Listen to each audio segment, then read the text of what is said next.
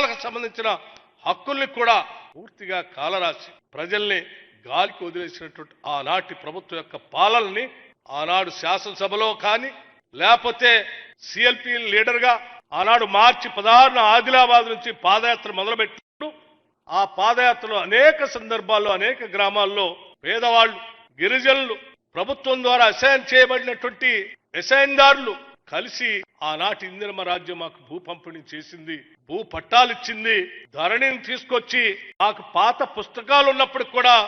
ఈ ధరణి ద్వారా మీకు హక్కులు లేవని చెప్పి మాకు పుస్తకాలు ఇవ్వట్లేదని చేయబట్టుకొని ఆ పుస్తకాలు చూపించినప్పుడు ఆనాడు చాలా స్పష్టంగా చెప్పాం, వచ్చేది ఇందిరమ్మ రాజ్యం, రాజ్యం రాగానే ఈ ధరణిని బంగాళాఖాతంలో వేస్తాం, తప్పనిసరిగా మీ హక్కుల్ని నిలబెట్టే విధంగా ఒక చట్టాన్ని తీసుకొని వస్తాం, మీకు న్యాయం చేస్తామని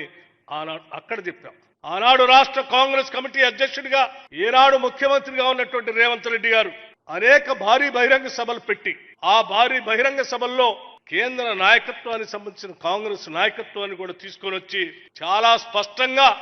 ఈ ధరణిని బంగాళాఖాతంలో వేస్తాం, తప్పనిసరిగా ప్రజల పక్షాన నిలబడి ఇందిరమ్మ రాజ్యం వస్తుంది.